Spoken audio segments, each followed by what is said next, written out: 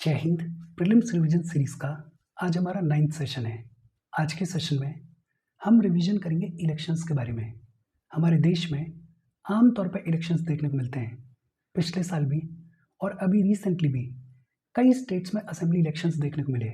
तो इलेक्शंस अपने आप में इम्पॉर्टेंट टॉपिक है। इस साल के प्रीलिम्स के पॉइंट ऑफ व्यू से इलेक्शन से रिलेटेड जो भी इम्पॉर्टेंट टॉपिक्स हैं उन सभी टॉपिक्स को आज के सेशन में हम रिवाइज करेंगे। देखो, शुरू करते हैं। सबसे पहले हम बात करेंगे इलेक्टोर्स फोटो आइडेंटिटी कार्ड नंबर के बारे में, इपिक नंबर के बारे में। ये जो इपिक नंबर है ये 10 डिजिट का वोटर आईडी कार्ड नंबर होता है। 10 डिजिट का वोटर आईडी कार्ड नंबर होता है इपिक नंबर। ये जो इपिक नंबर है ये अल्फा न्यूमेरिक नंबर होता है। इसमें सबसे पहले 3 अल्फाबेटिकल कोड्स देखने को मिलते हैं और फिर 7 डिजिट नंबर्स देखने को मिलते हैं। For example ABC 1 2 3 4 5 6 7। तो 10 डिजिट का वोटर आईडी कार्ड नंबर होता है इपिक नंबर। ये जो इलेक्टोर्स फोटो आइडेंटिटी कार्ड है इसको इलेक्शन कमीशन इशू करता है सभी वोटर्स के लिए। इसको 1993 में इंट्रोड्यूस किया गया रजिस्ट्रेशन ऑफ इलेक्टोर्स रूल्स 1960 के तहत। रजिस्ट्रेशन ऑफ इलेक्टोर्स रूल्स 1960 के तहत 1993 में इंट्रोड्यूस किया गया इस इलेक्टोर्स फोटो आइडेंटिटी कार्ड को। ये जो इपिक है ये आइडेंटिटी डॉक्यूमेंट के तौर पे सर्व करता है, but it does not grant the right to vote. और ये प्रीलिम्स के पॉइंट ऑफ व्यू से इंपॉर्टेंट है। ये जो इलेक्टोर्स फोटो आइडेंटिटी कार्ड है ये आइडेंटिटी डॉक्यूमेंट के तौर पे सर्व करता है, but it does not grant the right to vote. ये जो इपिक है इसको असाइन किया जाता है एरोनेट डिजिटल प्लेटफॉर्म के थ्रू।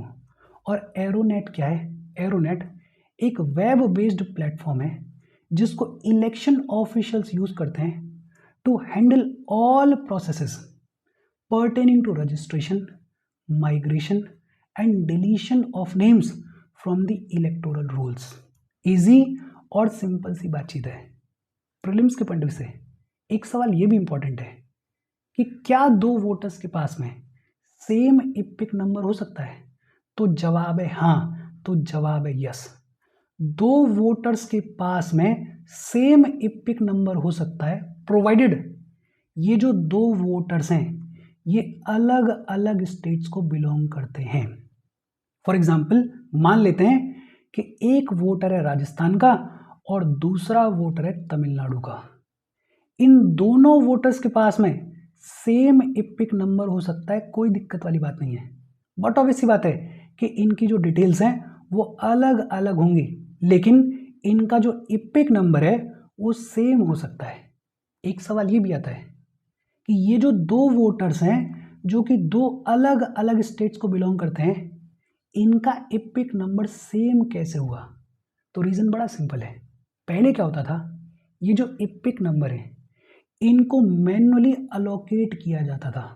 अब खुद ही सोच के देखो, इतनी लंबी चौड़ी पॉपुलेशन है, मैन्युअली कामकाज किया जा रहा है, ये नेक्स्ट टू इम्पॉसिबल है, बड़ा डिफिकल्ट है कि हर एक स्टेट में जितने भी वोटर्स हैं उनको यूनिक इपिक नंबर दिया जाए, मिलाया जाए, देखा जाए कि कहीं दो वोटर्स के पास में सेम इपिक नंबर तो नहीं है।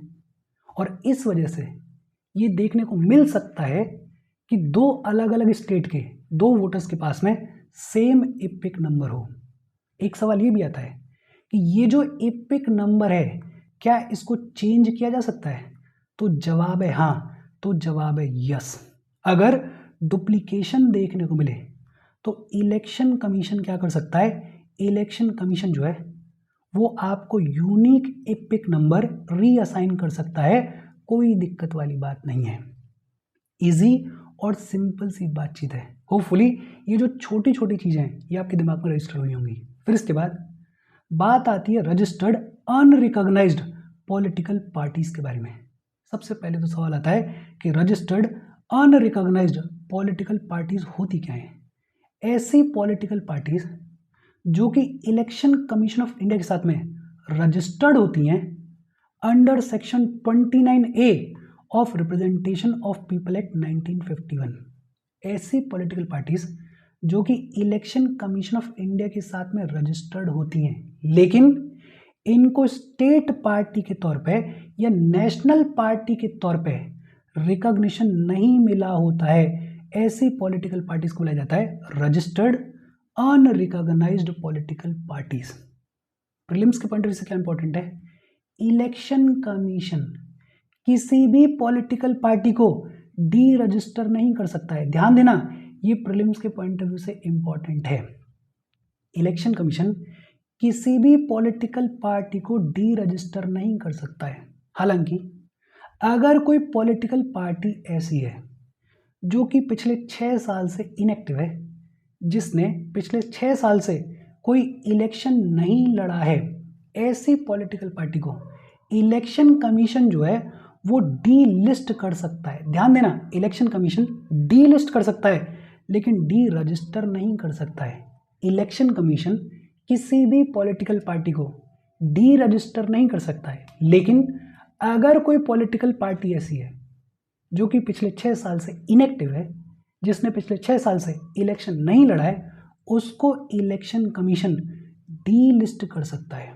एक सवाल ये भी आता है कि ये जो रजिस्टर्ड अनरिकॉग्नाइज्ड पॉलिटिकल पार्टीज होती हैं, इनको बेनिफिट्स क्या होते हैं, इनको फायदे क्या होते हैं। एक तो इनको टैक्स एग्जेम्पशन मिल जाता है under section 13A of income tax act. दूसरा, इनके सभी कैंडिडेट्स के लिए इलेक्शंस में कॉमन सिंबल मिल जाता है। और तीसरा, इनको परमिशन होती है अप टू 20 स्टार कैंपेनर्स की। अच्छा, ये बात हो गई रजिस्टर्ड अनरिकॉग्नाइज्ड पॉलिटिकल पार्टीज के बारे में। सवाल आता है कि किसी पार्टी को नेशनल पार्टी के तौर पे कब रिकॉग्नाइज किया जाता है। 2-3 सिनेरियोज हैं। कौन कौन से 2-3 सिनेरियोज हैं? एक तो अगर कोई political party total Lok Sabha seats का 2% सीट्स जीत जाए फ्रॉम एटलीस्ट 3 स्टेट्स, कम से कम 3 स्टेट से टोटल लोकसभा सीट्स का अगर 2% सीट्स कोई पॉलिटिकल पार्टी जीत जाए तो उसको नेशनल पार्टी के तौर पर रिकॉग्नाइज कर लिया जाएगा। या फिर कोई पॉलिटिकल पार्टी 4 स्टेट्स में 6% वैलिड वोट्स ले आए और 4 लोकसभा सीट्स लेके जाए तो भी उसको नेशनल पार्टी के तौर पर रिकॉग्नाइज कर लिया जाएगा। या फिर कोई पॉलिटिकल पार्टी 4 या 4 से ज़्यादा स्टेट्स में स्टेट पार्टी के तौर पे रिकॉग्नाइज की गई है तो भी उसको नेशनल पार्टी के तौर पे रिकॉग्नाइज कर लिया जाएगा। इन तीनों में से अगर कोई एक कंडीशन भी फुलफिल हो जाएगी तो पॉलिटिकल पार्टी को नेशनल पार्टी के तौर पे रिकॉग्नाइज कर लिया जाएगा। सवाल आता है कि स्टेट पार्टी के तौर पे कब रिकॉग्नाइज किया जाता है। इसके लिए भी कुछ कंडीशंस हैं। एक कंडीशन क्या है कि कोई पॉलिटिकल पार्टी असेंबली सीट्स का 3% सीट्स जीत जाए या फिर मिनिमम 3 सीट्स जीत जाए, विच एवर इज मोर। या तो मिनिमम 3 सीट्स जीत जाए या फिर असेंबली सीट्स का 3% सीट्स जीत जाए, विच एवर इज मोर, तो उस पॉलिटिकल पार्टी को स्टेट पार्टी के तौर पर रिकॉग्नाइज कर लिया जाएगा।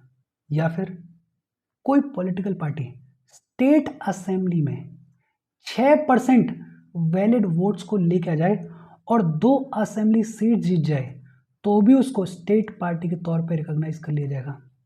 या फिर कोई पॉलिटिकल पार्टी लोकसभा इलेक्शंस में किसी पर्टिकुलर स्टेट से 6% वैलिड वोट्स लेके आ जाए और 1 लोकसभा की सीट लेकर आ जाए तो भी उसको स्टेट पार्टी के तौर पर रिकॉग्नाइज कर लिया जाएगा। या फिर लोकसभा या लेजिस्लेटिव असेंबली के इलेक्शंस में किसी पॉलिटिकल पार्टी को किसी पर्टिकुलर स्टेट से 8% वैलिड वोट्स मिल जाएं तो भी उसको स्टेट पार्टी के तौर पर रिकॉग्नाइज कर लिया जाएगा। या फिर for every 25 seats allotted to state in the Lok Sabha, कोई पॉलिटिकल पार्टी 1 सीट लेके आए, हर 25 सीट पे अगर 1 सीट लेके जाए तो भी उस पॉलिटिकल पार्टी को स्टेट पार्टी के तौर पर रिकॉग्नाइज कर लिया जाएगा। इनमें से अगर कोई एक कंडीशन भी फुलफिल हो जाएगी तो पॉलिटिकल पार्टी को स्टेट पार्टी के तौर पर रिकॉग्नाइज कर लिया जाएगा। देखो, मैं उम्मीद ये कर रहा हूँ कि ये सारी चीज़ें ऑलरेडी आपने इन डिटेल पढ़ी हुई होंगी। यहाँ पे हम रिवीजन के पॉइंट ऑफ व्यू से फटाफट चीज़ों को देख रहे हैं। इसके बाद बात आती है SIR के बारे में, स्पेशल इंटेंसिव रिवीजन के बारे में। स्पेशल इंटेंसिव रिवीजन खूब चर्चा में रहा है। ये जो स्पेशल इंटेंसिव रिवीजन है, इसको election commission of India conduct करता है। क्यों कंडक्ट करता है? To verify, update and clean the electoral rolls. ये जो इलेक्टोरल रोल्स हैं, इनको वेरीफाई करने के लिए, इनको अपडेट करने के लिए, इनको क्लीन करने के लिए election commission of India SIR को कंडक्ट करता है। फॉर एग्जाम्पल, कोई ऐसा इंसान है जो कि 5 साल पहले मर गया, लेकिन उसका नाम अभी भी इलेक्टोरल रोल में चल रहा है, तो होगा क्या? उसका जो वोट है उसको मिसयूज़ किया जाएगा। इसको अपडेट करने की ज़रूरत है। या फिर फॉर एग्जांपल, बहुत सारे लोग आपने ऐसे देखे होंगे जिनका वोट गांव में भी होता है और जिस शहर में वो रह रहे होते हैं वहाँ पे भी होता है, डबल वोट। तो इन सब डुप्लीकेशंस को ख़त्म करने के लिए ये जो SIR है ये अपने आप में बेहद इंपॉर्टेंट है। अच्छा, इलेक्टोरल रोल क्या होता है? Electoral roll is the list of persons registered as electors residing in a constituency। किसी पर्टिकुलर कॉन्स्टिट्यूएंसी में जो इलेक्टोर्स रिजाइड कर रहे होते हैं उन्हीं की लिस्ट को क्या बुलाया जाता है? इलेक्टोरल रोल बुलाया जाता है। अच्छा, ये जो SIR है इसको करता कौन है? इसको BLO करता है, बूथ लेवल ऑफिसर करता है इसको।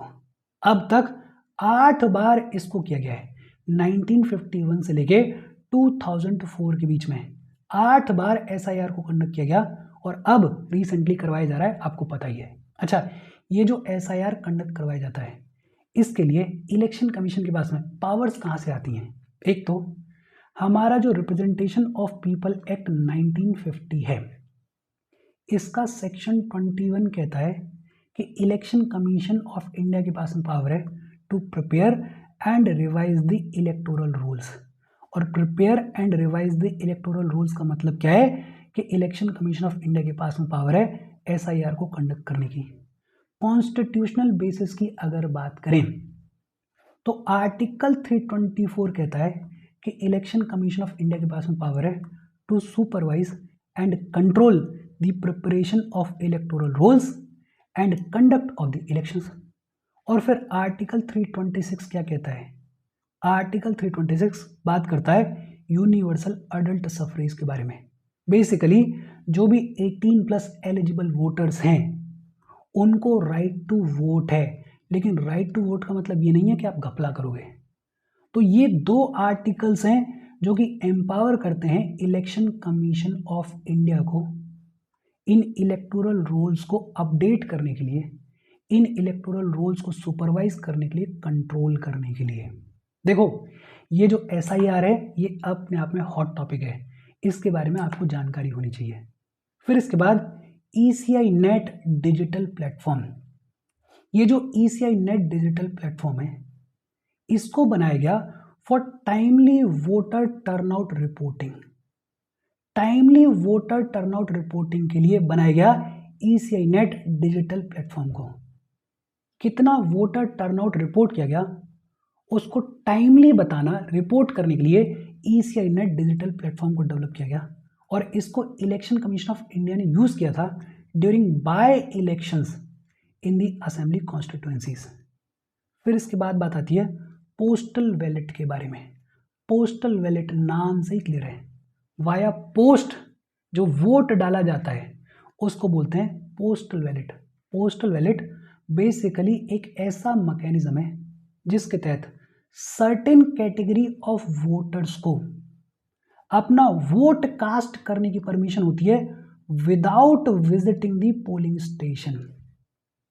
कुछ कैटेगरी ऑफ वोटर्स ऐसे होते हैं जिनको परमिशन होती है कि वो अपना वोट पोस्टल बैलेट के थ्रू कास्ट कर सकते हैं, उनको पोलिंग स्टेशन को विजिट करने की ज़रूरत नहीं है। डिटेल में हम पढ़ेंगे, लेकिन फॉर एग्जांपल जो 80+ सीनियर सिटीजन्स होते हैं, अब वो चल फिर नहीं सकते हैं, उनको परेशान नहीं किया जा सकता है, तो इनको ये फैसिलिटी होती है कि ये पोस्टल बैलेट के थ्रू एक सील्ड एनवलप में ये अपना वोट डाल के रिटर्निंग ऑफिसर के पास में भेज सकते हैं।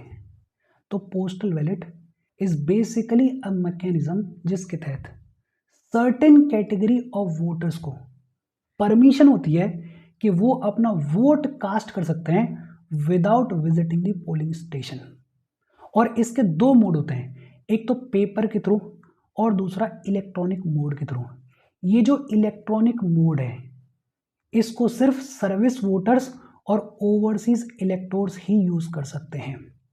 अच्छा, ये जो पोस्टल बैलेट है इसके लिए एलिजिबल कौन कौन है? एक तो स्पेशल वोटर्स होते हैं, जैसे प्रेसिडेंट हैं, वाइस प्रेसिडेंट हैं, गवर्नर्स हैं, कैबिनेट मिनिस्टर्स हैं और उनके जो स्पाउसेस हैं। ये जो स्पेशल वोटर्स होते हैं ये पोस्टल बैलेट के थ्रू अपना वोट कास्ट कर सकते हैं। दूसरा, सर्विस वोटर्स, जैसे आर्म्ड फोर्स पर्सनल्स हैं, पुलिस वाले लोग जो कि अपने स्टेट के बाहर की पुलिस में रिक्रूटेड होते हैं, और गवर्नमेंट सर्वेंट्स जो कि अब्रॉड पोस्टेड होते हैं।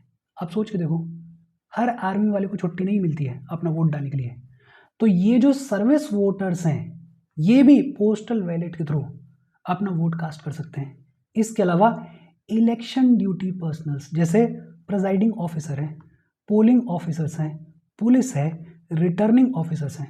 फॉर एग्जाम्पल, अब कोई रिटर्निंग ऑफिसर है जो कि राजस्थान का वोटर है लेकिन इसकी ड्यूटी लगी हुई है मध्य प्रदेश में, तो ये रिटर्निंग ऑफिसर कैसे अपना वोट डालेगा? तो इनको फैसिलिटी होती है पोस्टल बैलेट की। ऐसे इलेक्टोर्स जो कि प्रिवेंटिव डिटेंशन में होते हैं वो भी अपना वोट डालने के लिए पोस्टल बैलेट को यूज कर सकते हैं। और इसके अलावा एब्सेंटी वोटर्स देखने को मिलते हैं, ऐसे सीनियर्स जिनकी उम्र 80 साल से ज़्यादा की होती है, PWDs with benchmark disability, Covid affected लोगों को भी ये फैसिलिटी दी गई थी।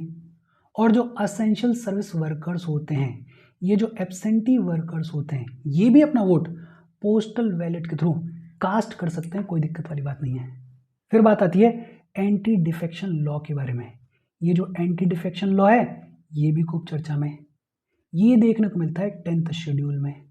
इसको ऐड किया गया था 52nd constitutional amendment act of 1985 के through. 10th schedule, 52nd constitutional amendment act 1985। अच्छा, डिस्क्वालिफिकेशन के ग्राउंड्स क्या हैं? कोई भी मेंबर ऑफ द हाउस अगर अपनी पार्टी की मेंबरशिप को वॉलेंटरली गिव अप कर देता है तो उसको डिस्क्वालीफाई कर दिया जाएगा। बेसिकली जिस पार्टी की टिकट पे आप चुनाव जीत के आए उस पार्टी की मेंबरशिप को अगर आप गिव अप कर देते हो तो आपको डिस्क्वालीफाई कर दिया जाएगा। दूसरा, कोई भी मेंबर पार्टी के विप के अगेंस्ट में जाके या तो वोट करता है या एब्सटेन करता है और विद इन 15 डेज उसको पार्टी की परमिशन नहीं मिलती है ऐसा करने के बाद में, तो उसको भी डिस्क्वालीफाई कर दिया जाएगा। कोई भी इंडिपेंडेंट मेंबर अगर किसी भी पॉलिटिकल पार्टी को इलेक्शन के बाद ज्वाइन कर लेता है तो भी उसको डिस्क्वालीफाई कर दिया जाएगा।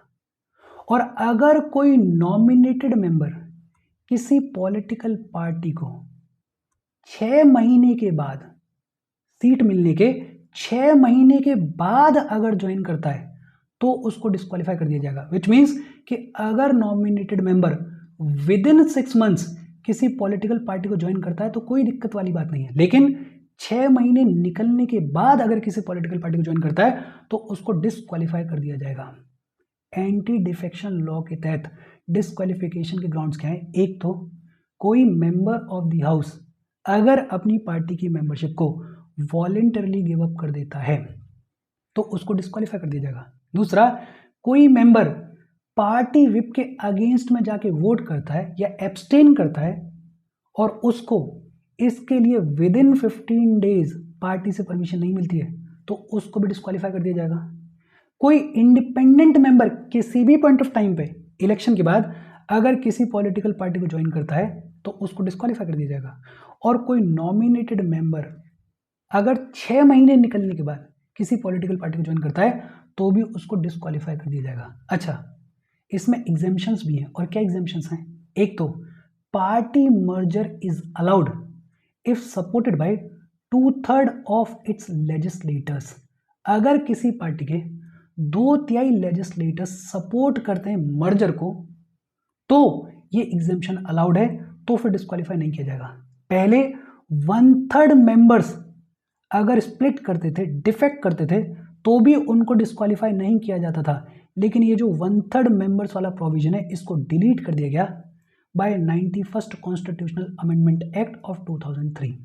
इसके अलावा speaker, deputy speaker and deputy chairman of Rajya Sabha, अगर इनको जब पोजीशन मिली तब ये अपनी पार्टी से रिजाइन कर देते हैं तो इनको डिस्क्वालीफाई नहीं किया जाएगा, बिकॉज इनसे एक्सपेक्ट किया जाता है कि ये इम्पार्शियल रहेंगे। तो ये दो एक्सेप्शंस हैं। एक तो party merger is allowed if supported by 2/3 of its legislators, और दूसरा ये जो प्रिसाइडिंग ऑफिसर्स होते हैं, अगर ये पार्टी से रिजाइन कर देते हैं और ऑफिस का टाइम पीरियड खत्म होने के बाद वापस से पार्टी को ज्वाइन कर लेते हैं, तो इनको भी कोई दिक्कत नहीं होगी।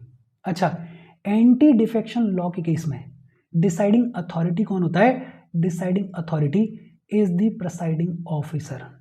प्रिसाइडिंग ऑफिसर जो है वो डिसाइडिंग अथॉरिटी होते हैं, और ये जो प्रिसाइडिंग ऑफिसर हैं इनको कितने टाइम में डिसाइड करना है उसके लिए कोई टाइमलाइन भी फिक्स नहीं की गई है।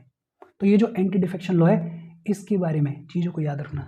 अच्छा, एंटी डिफेक्शन लॉ की बात हो रही है, राघव चड्ढा के बारे में आपको पता होगा, तो बात कर लेते हैं प्राइवेट मेंबर बिल के बारे में भी। प्राइवेट मेंबर होता कौन है? कोई भी member of parliament other than a minister.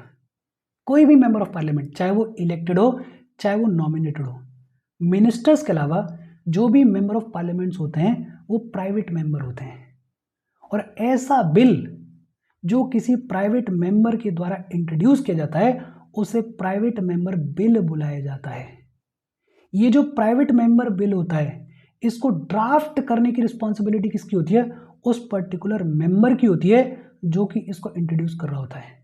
Private member bill को इंट्रोड्यूस करने के लिए 1 महीने का नोटिस देना होता है। 1 महीने का नोटिस देना होता है बिफोर इंट्रोडक्शन, और इसको प्रिसाइडिंग ऑफिसर के परमिशन के साथ में ही इंट्रोड्यूस किया जा सकता है। जो पहला प्राइवेट मेंबर बिल पास किया गया था वो था मुस्लिम वक्फ बिल ऑफ 1952।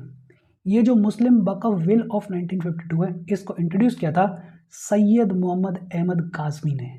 अब तक सिर्फ 14 प्राइवेट मेंबर बिल्स ऐसे हैं जो कि इंट्रोड्यूस किए गए और लॉ बने। सिर्फ 14 प्राइवेट मेंबर बिल्स ऐसे हैं जो कि लॉ बने, और जो last private member bill law बना था वो 1970 में बना था। 1968 में इसको इंट्रोड्यूस किया गया था, सुप्रीम कोर्ट से रिलेटेड था ये, और ये लॉ बना था कब? 1970 में बना था। अब तक सिर्फ 14 प्राइवेट मेंबर बिल्स ऐसे हैं जो कि लॉ बने हैं, जो कि कानून बने हैं। तो ये भी आपको याद रखने की ज़रूरत है। अच्छा, एक छोटा सा टॉपिक और है, delimitation. Delimitation is the process of fixing the number of seats and boundaries of territorial constituencies in each state for Lok Sabha and Legislative Assembly। ये जो डीलिमिटेशन एक्सरसाइज है इसको कंडक्ट कौन करता है? इसको डीलिमिटेशन कमीशन कंडक्ट करता है। ये जो डीलिमिटेशन कमीशन है ये एक स्टैट्यूटरी बॉडी है जिसको एक एक्ट ऑफ पार्लियामेंट के थ्रू फॉर्म किया जाता है, स्टैब्लिश किया जाता है। अब तक 4 बार डीलिमिटेशन कमीशन को कॉन्स्टिट्यूट किया गया है। कब कब? 1952 में, 1963 में, 1973 में और 2002 में। और इसके साथ इलेक्शन से रिलेटेड जो भी बातचीत है या जो भी रिलेटिवली ज़्यादा इंपॉर्टेंट टॉपिक्स हैं उनको हमने रिवाइज कर लिया। कोई डाउट हो कमेंट करके पूछ लेना। Thank you very much.